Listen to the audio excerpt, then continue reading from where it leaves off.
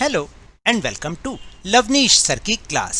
This is State Council of Educational Research and Training activity sheet number 52 and it is only for class 6 to 8 students. It has taken from the subject English and dear children you will have to do this work in your English notebook. प्यारे बच्चों आपको इस काम को अपनी English की notebook में करना है. This worksheet is based on a story oil lamp and traveller. प्यारे बच्चों आज की ये वर्कशीट भी एक स्टोरी पर बेस्ड है जिसका नाम है ऑयल लैम्प एंड ट्रैवलर. तो क्या है स्टोरी?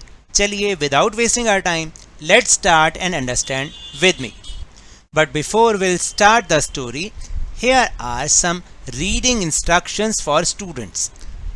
स्टोरी शुरू करने से पहले यहाँ पर स्टूडेंट्स के लिए कुछ रीडिंग इंस्ट्रक्शंस हैं, जैसे कि let your voice reflect the tone of the story और the personalities of the characters. यानी जब आप इस स्टोरी को पढ़ रहे हों तो आपकी आवाज़ में उस जो पर्सनैलिटी या कैरेक्टर है उसकी आवाज़ झलकनी चाहिए कि जैसे कि वो खुद बोल रहे हों. Don't read too fast. आप बहुत जल्दी जल्दी मत पढ़िएगा. Vary your pace so you can pause for emphasis. अपनी स्पीड को आप ज़्यादा या कम करते रहें जैसे कि उसका भाव होता है, जो भी इमोशन है उस लाइन का उसके हिसाब से, ताकि जहाँ पर जोर देना हो ना आप वहाँ पर उस शब्द पे जोर भी दिया कीजिए और इसी को ही हम रीडिंग एबिलिटी भी कहते हैं. So let's start the story. Once a traveller came to meet Chanakya. एक बार एक यात्री चाणक्य जी से मिलने के लिए आया. When he reached Chanakya's home, dusk and darkness had just started to set in. जैसे ही जब वो चाणक्य के घर में पहुंचा उस समय तक शाम और अंधेरा होना शुरू हो गया था. मैं धीरे धीरे इसलिए इसको रीड कर रहा हूँ ताकि आप भी मेरे साथ उसको रीड करने की प्रैक्टिस करें और ताकि आपकी जो रीडिंग हैबिट है, रीडिंग एबिलिटी है, वो और इम्प्रूव हो सके. When the traveler entered inside, he saw that Chanakya was busy writing some papers under the light of an oil lamp, because in those times there was no electricity. जब वो यात्री अंदर आया, चाणक्य के घर के अंदर आया, तो उसने देखा कि चाणक्य जो हैं वो एक ऑयल लैंप की रोशनी में, जो आप देख रहे हैं पहले ज़माने में क्या होता था, एक ऑयल लैंप होता था, मिट्टी के तेल वाला लैंप होता था, इसकी रोशनी में चाणक्य जी कुछ पेपर्स पर लिख रहे थे. उसमें वो बिजी थे, मतलब कुछ लिखने में वो बिजी थे. ऐसा इसलिए क्योंकि उस समय कोई इलेक्ट्रिसिटी नहीं होती थी, जैसे कि आज के ज़माने में तो इलेक्ट्रिसिटी होती है ना. Chanakya smilingly welcomed the guest and asked him to sit. Chanakya ने उनको हंसते हुए मुस्कुराते हुए अपने गेस्ट का, जो अपने उनके घर अतिथि आए, वो जो यात्री आया, उसका मुस्कुराते हुए स्वागत किया और उन्हें बैठने के लिए कहा. इन द मीन टाइम, यानी कि उसी समय, Chanakya quickly completed the work he was doing.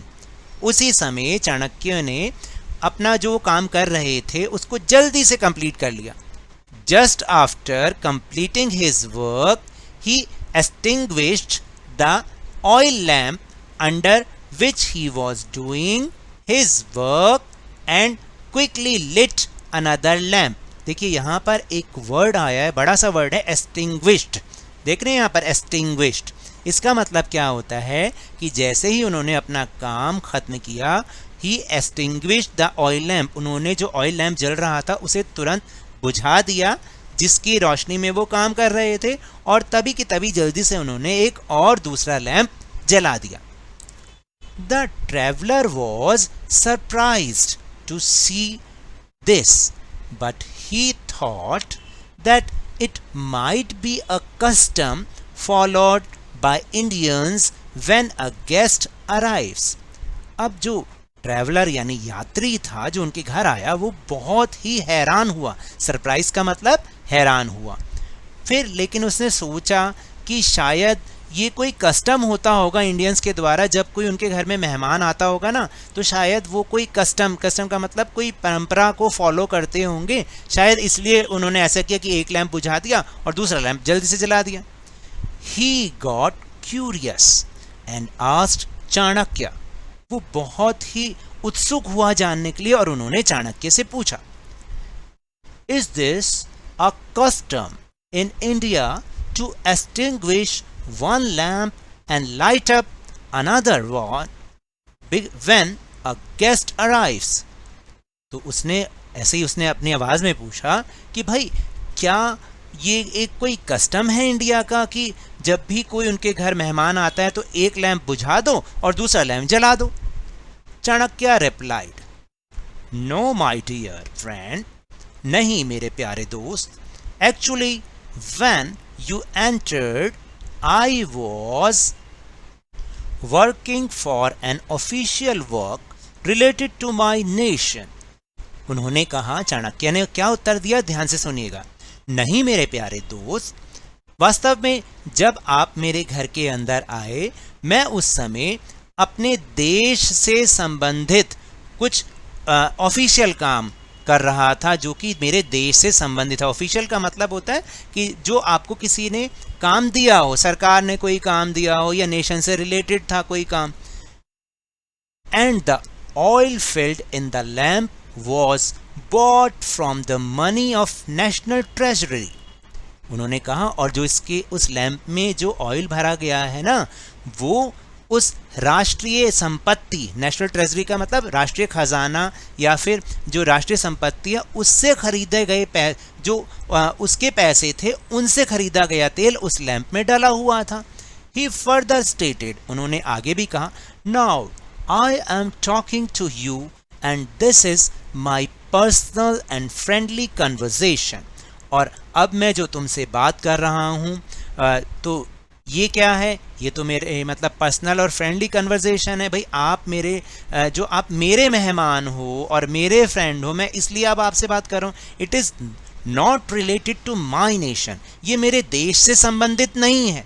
So I can not use the lamp now, तो मैं अब उस लैम्प का यूज नहीं कर सकता, as it will lead to wastage of money from national treasury. तो अगर मैं ऐसा करता हूं तो ये क्या होगा, ये मेरे राष्ट्रीय जो संपत्ति है, मेरे देश का जो पैसा है उसका वेस्टेज होगा, वो व्यर्थ जाएगा। कि अगर मैं उसको जलाकर, जो कि जिस पैसे से वो खरीदा गया था वो सरकारी खजाना था और उसमें मैं उनका दिया हुआ तो काम कर सकता हूँ, लेकिन अगर मैं उसको पर्सनल यूज़ करूँगा तो वो उस राष्ट्रीय खजाने की, सरकार के खजाने के जो है वेस्टेज होगी। अब आप शायद समझ रहे होंगे कि चाणक्य ने ऐसा उत्तर क्यों दिया। For this very reason Chanakya had extinguished that lamp and lit another one, since the oil in the latter lamp had been bought from his personal money.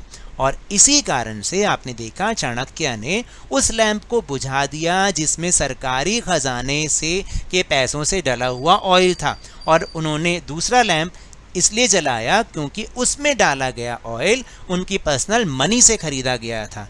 तो अब आप भी समझिए इस चीज़ को, देखिए बहुत अच्छी बात इसमें कही गई है। हम लोग स्कूल में जाते हैं, हम स्कूल के डेस्क को ख़राब करते हैं, स्कूल की प्रॉपर्टी को ख़राब करते हैं क्योंकि वो हमारी अपनी नहीं है। सब कहते हैं, देखिए मैंने बहुत सारे बच्चों को भी ये कहते सुना है कि भाई अरे क्या हुआ, ये सरकार का ही तो है, हमारा कौन सा अपना है। तो भाई सरकार भी तो आप लोग ही हैं, आपके जो टैक्स से पैसा जाता है उन्हीं से ही सारी प्रॉपर्टी खरीदी जाती है और आप उसी को ही नुकसान पहुंचाते हैं। तो ऐसा नहीं करना ना।